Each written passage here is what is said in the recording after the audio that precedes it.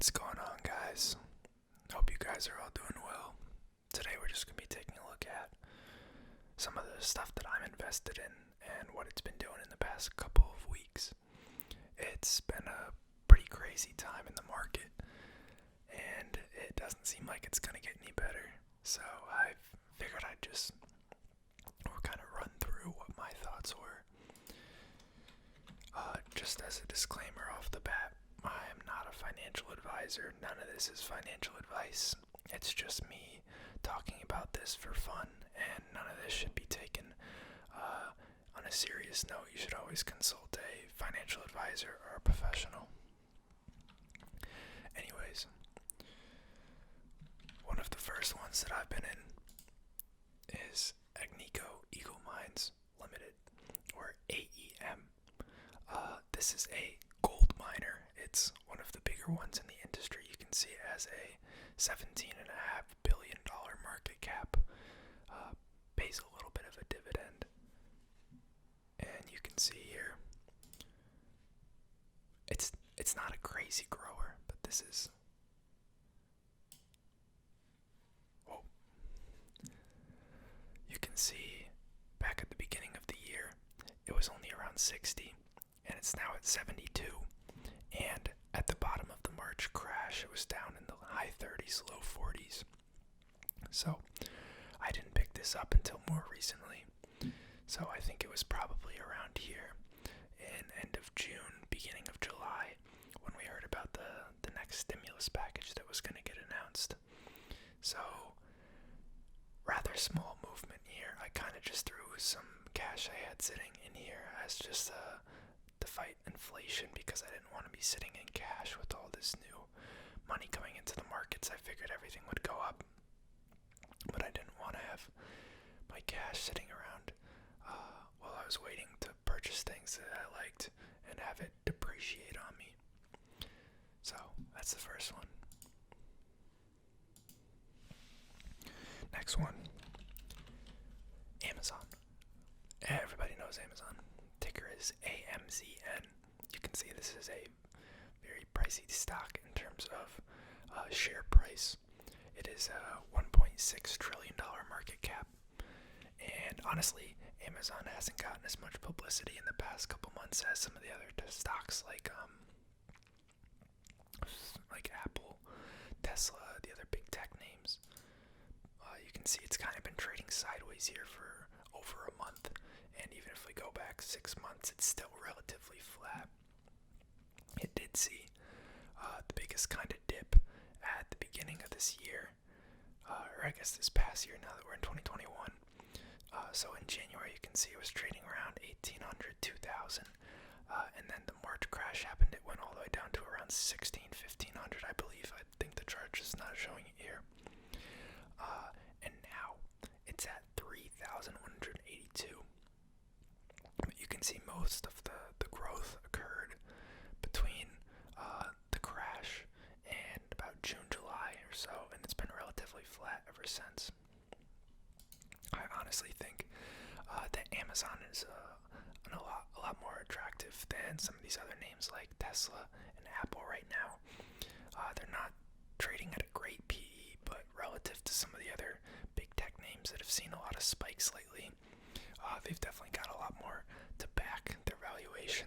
And I think going forward, they're a pretty stable company and a pretty safe bet. And if you look at some of the industries that they're looking to branch into, like Amazon Pharmacy, there's a lot of potential in these other segments that they're pursuing. So that's just kind of a long-term hold for me. Next up, we have Salesforce.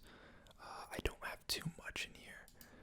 It was kind of just a little spec play I put in for the future. They did just recently acquire Slack, I believe. Ticker was Work, and they will be encompassed into the Salesforce brand and will become part of this company. I'm not sure if that was finalized yet or not. I don't really follow them too closely. You can see beginning of last year they were around the 180 mark, and now they're at 222. They did see a little bit of a dip in March because people were worried about enterprise spending and commercial clients.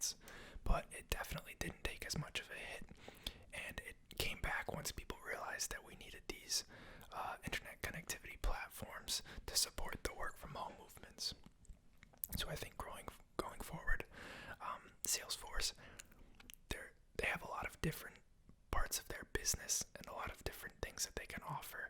Another one of them now being the Slack platform. So I think they're a lot more balanced than a lot of these other companies that offer these online connectivity and messaging tools. Probably the next biggest one is like a Microsoft Teams, or I guess Skype has some connectivity, or Monday.com. Those type of businesses are really who they're fighting against.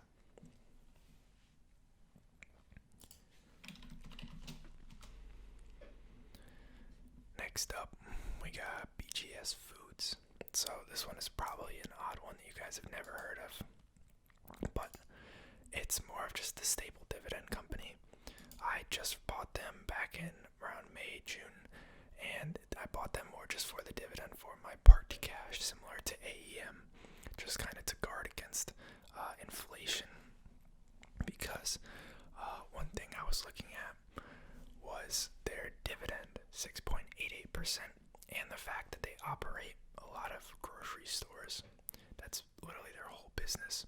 So that's a rather safe place to be in long term. They could see some displacement to companies doing online delivery, like you have Amazon with their Whole Foods, or Freshly, Blue Apron, those type of businesses.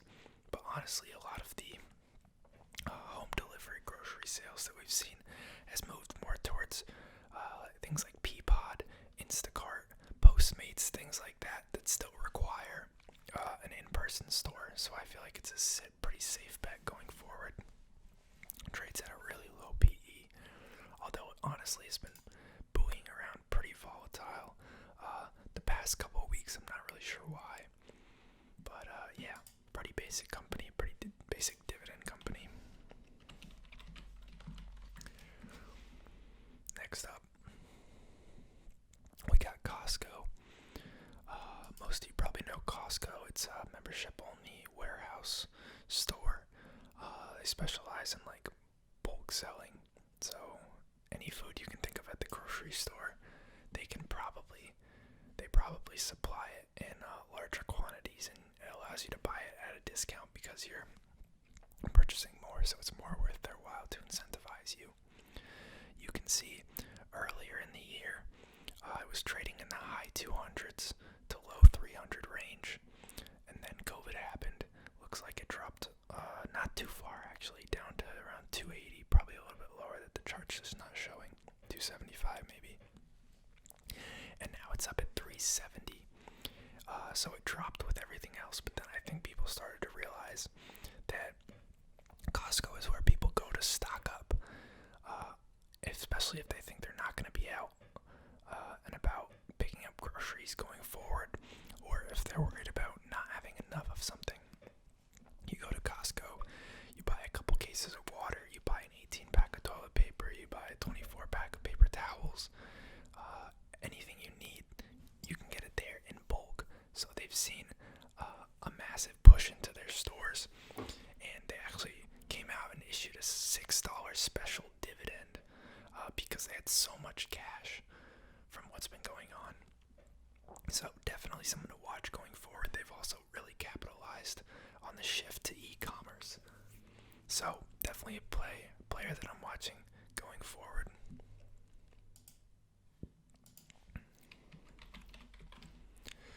Next up, we got Koopa. You guys may not have heard of this company before. They're a cloud platform that focuses on enterprise companies, and they specifically handle financials. So all your purchasing routes through this, all the different approval steps. So if you, let's say you're an end consumer, and so you're in the engineering department or the quality department, you want to purchase new scales or a new machine, or order new things for the lab, you submit an order through Koopa, and it gets passed along to all the different departments and completely streamlines the entire purchasing process. And then it also allows you to easily extract and analyze all of your budgetary information. So it simplifies a lot of the accounting process, and helps companies reduce costs in terms of people that they have to employ to sort through all this data. And then secondarily, It's just a more efficient way of approving budgetary items.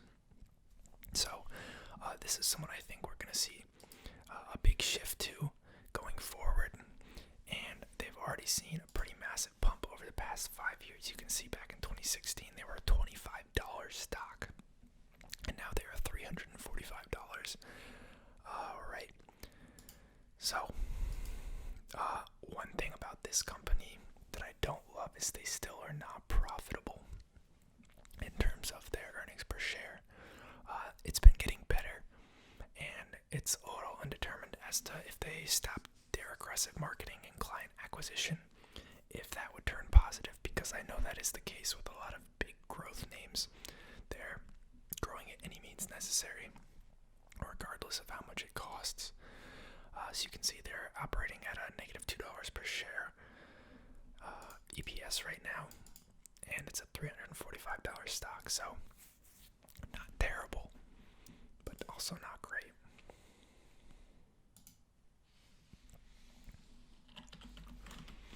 The next thing I'm in is Grayscale Bitcoin Trust.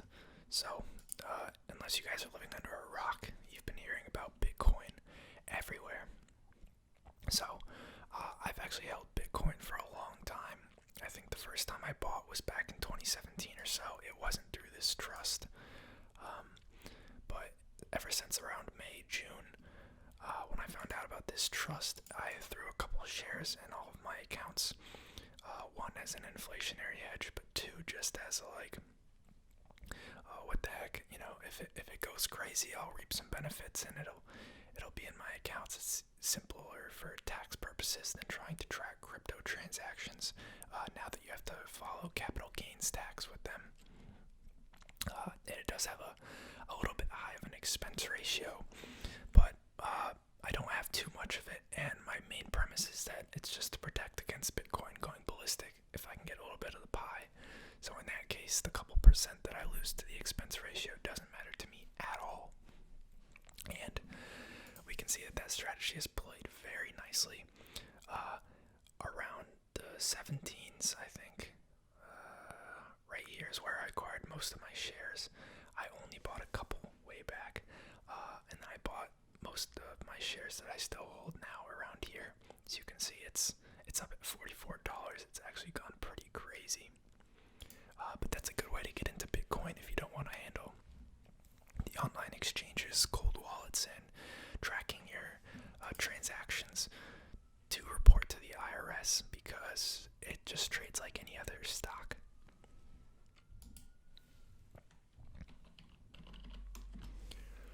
Next up, we got Intuitive Surgical. ISRG is a $818 stock, $96 billion company. And Intuitive Surgical. So they focus on medical devices. Now, this is something that I see that's going to be huge going forward.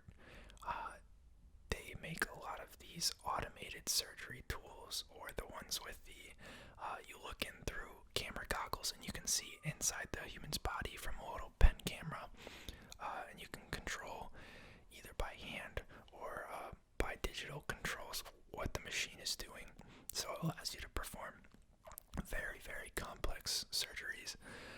Some of their machines have actually been mentioned on shows like Grey's Anatomy and other medical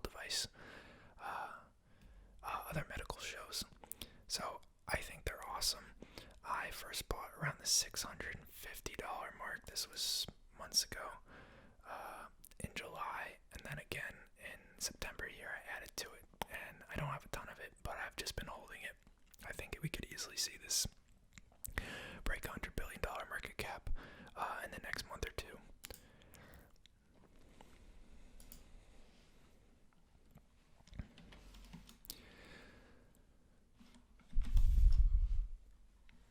Okay, Mastercard. I also hold Visa. I'll just kind of group that into this one. I see us having a huge shift into the cashless transaction and cashless society way of life going forward. And I think two of the biggest players that people keep forgetting, you hear all this hype about Cash App from Square and Venmo from PayPal. processing companies.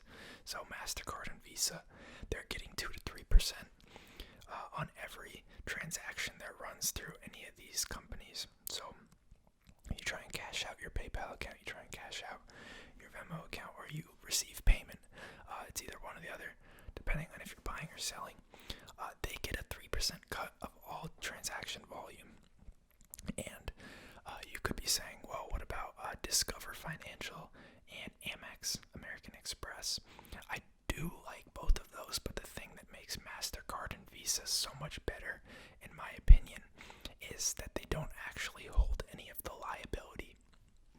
So what I mean is Discover and American Express act as their own bank. So when a customer doesn't pay and they can't collect on credit card debt, Discover and Amex take the hit personally.